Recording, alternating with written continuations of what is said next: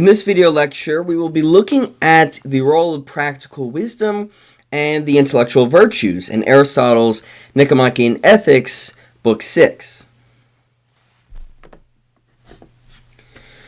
So, in Aristotle's Ethics, when we look at the virtues of character, we notice that the focus is on developing an ability to act in the mean between two extremes. This, of course, means that it isn't like modern ethical theories in the case of, say, utilitarianism, deontology, where you can treat particular situations, in fact, any particular situation, as a kind of variable that you plug into the equation offered by the theory. And then they tell you what the ethically correct thing to do is in that situation. With Aristotle's virtue ethics, it doesn't offer a decision procedure. In fact, ethics cannot do that. Now, what the Nicomachean Ethics does is it elucidates the nature of virtue. But again, the onus is on the agent, the one who develops a virtuous disposition, such that they know through their wisdom what the ethically correct thing is to do in any particular situation. Because each situation is contextual. The right thing to do depends on the circumstances, and almost no circumstance is exactly the same. So the question we have is, what kind of virtue is it that enables us to reason well in any given situation? If Aristotle's virtue ethics does not offer a decision procedure, like a kind of equation that we just plug in the variables to get the correct outcome, we have to know what is it that we developed to be able to exercise the virtues of character correctly. In this way, we're going to see the focus is on the intellect, the mind, or the more perhaps theoretical aspects of ethics.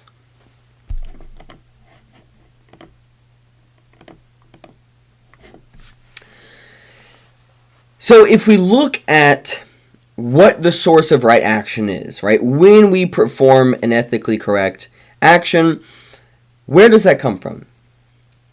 So for Aristotle, practical reasoning always presupposes that one has some end, right? So in one particular case, it might be in the case of defending myself against an invader in my house, okay? Someone breaking into the house. The end in this particular situation would be to, protect myself, protect my family, get the invader out. So there's going to be some kind of reasoning that's involved in the means of how to accomplish that end. Now, in ethics as a whole, there is one final end, which is eudaimonia, happiness. So to engage in practical reasoning, you already presuppose some end. The question is, what determines that the end is correct? So, in essence, what was involved in actually theorizing that the end is eudaimonia? What was involved in everything that occurred from books 1 through 5? So again, we can look at the particular ways in which human beings act when they try to act ethically. So for Aristotle, the source of action, he says, is choice. So we have to decide something, while the source of choice is desire, combined with a rational understanding, which is for the sake of something. Or in other words, he says, truth, then, is the work of both of the thinking parts of the soul. So those active conditions by which each of them will most of all disclose truth are the virtues that belong to them jointly. So when we act correctly, we're actually using two kinds of or aspects, two parts of the rational part of the soul, such that we have a right choice, a decision that is made using the mind, but we also, using the mind, have a rational understanding of why we're making that choice, why that is the best choice. What are these two parts? How do we understand how they interact? So one part of the soul is the knowing part, in the sense of knowing universal truths. So the knowing part contemplates the governing principles incapable of being other than they are.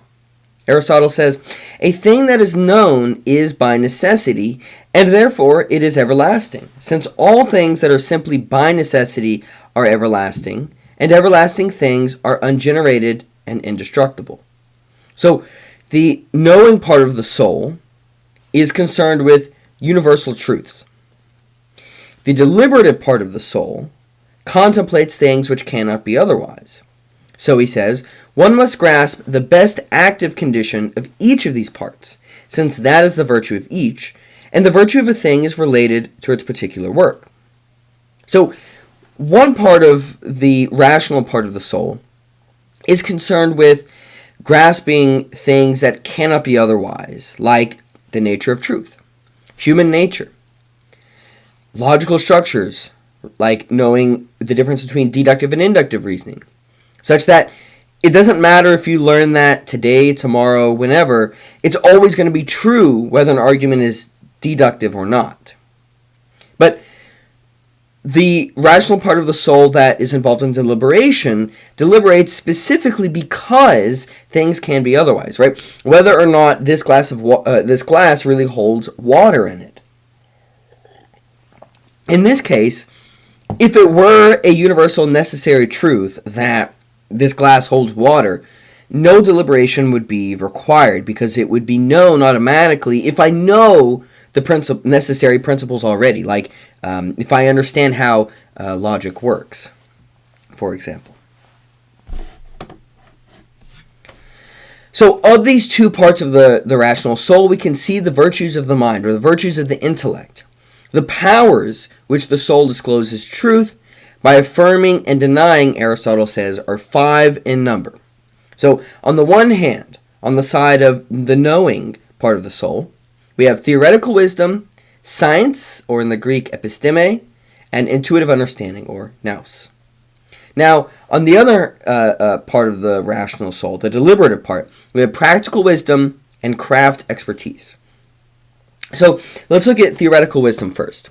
This is the kind of wisdom that is demonstrative. It involves logic, an understanding of physics, ethics, all the kinds of things like in, for example, Book 1, knowing what the end of human beings is. That's something involved with necessary principles. Now, when we talk about science as a virtue, we don't want to be confused by the modern understanding of science. Science in this sense just means some kind of a truth which is necessary. So this involves deducing particular things from necessary universal laws. So whereas theoretical wisdom is involved in understanding the connections between things, such that there are universal laws, the kind of ability to use science to develop that virtue of episteme is involved in using the universal laws to seek kinds of knowledge that are deduced. And then you have intuitive understanding. This is where, in practical situations, you realize necessary universal principles from practical situations.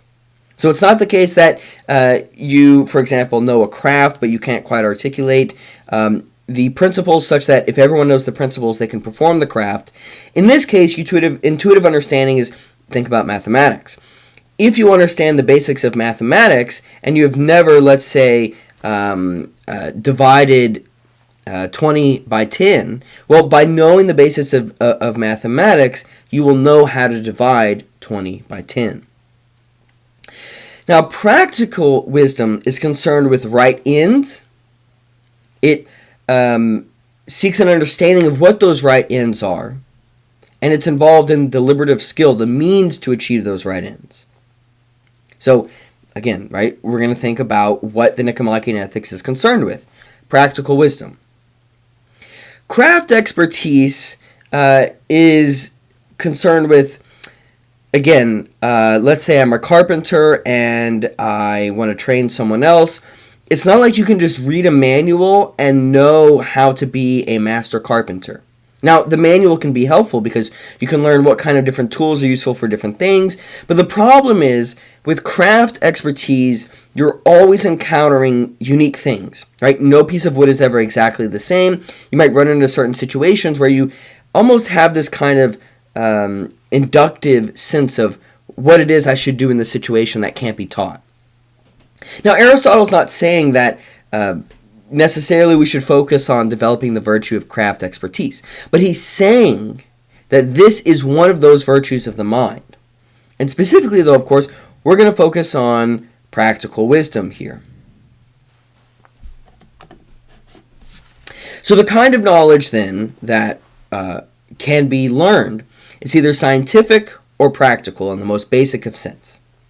So scientific knowledge is truth-revealing, in that what we come to learn is that which was already there but is now disclosed. So it's an awareness of universal eternal principles. This is always comprised of demonstration because it is concerned with logic.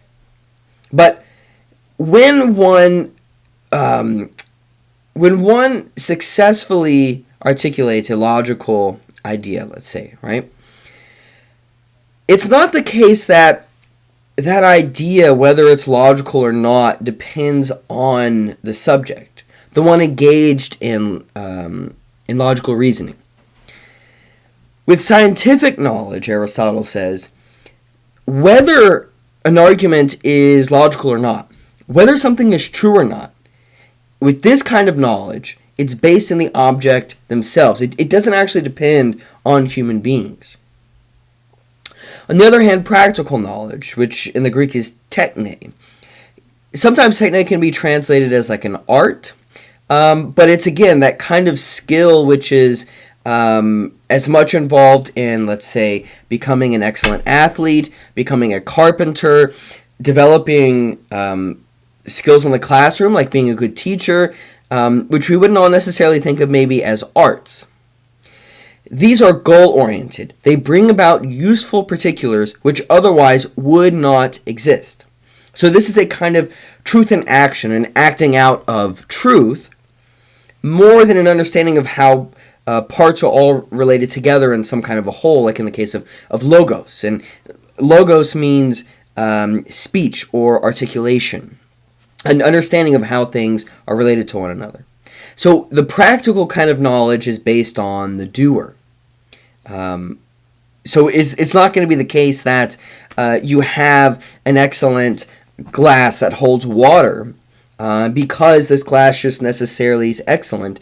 It is only excellent, and you know that it is excellent because, one, there's been someone that has the correct practical knowledge to develop this glass, but also you have an understanding of what it means to be a successful glass and that it holds the water such that I can drink it without spilling on myself.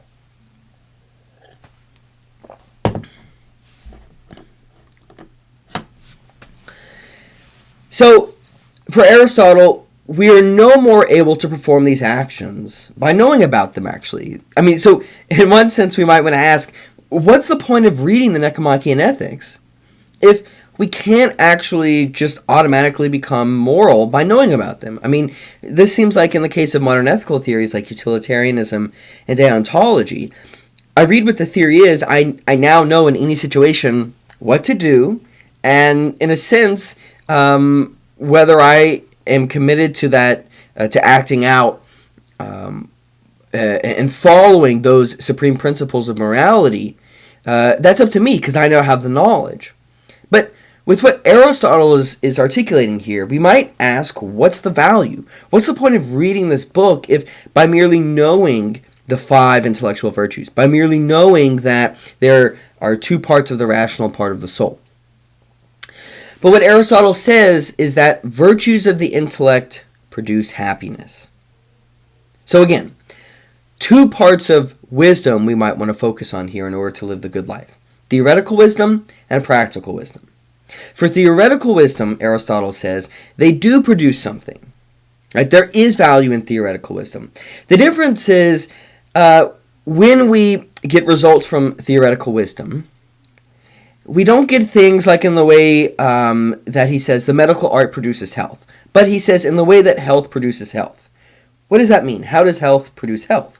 Well, think about if I am a healthy person, so I maybe eat well, I regularly exercise, there's a way that my body is existing such that it is, in a way, defending and preserving itself. It's defending against bad health and preserving its health. As in the case of practical wisdom, he says, the work of a human being is accomplished as a result of practical judgment and a virtue of character, since virtue makes the end on which one sets one's sights right, and practical judgment makes the things related to it right. So there's a clear thing that I want to achieve, and then I can, in a way, show, right? I produce something. So in the case of developing practical wisdom, I know what are the correct virtues of character to act out. So maybe I can be magnanimous. Maybe I'm able to set up a charity, and I can actually, with that virtue, help people. I can alleviate suffering. In the case of theoretical wisdom, though, it's, just because I understand what the fundamental nature of existence is, it's not clear how that's going to in any way allow me to achieve the good life.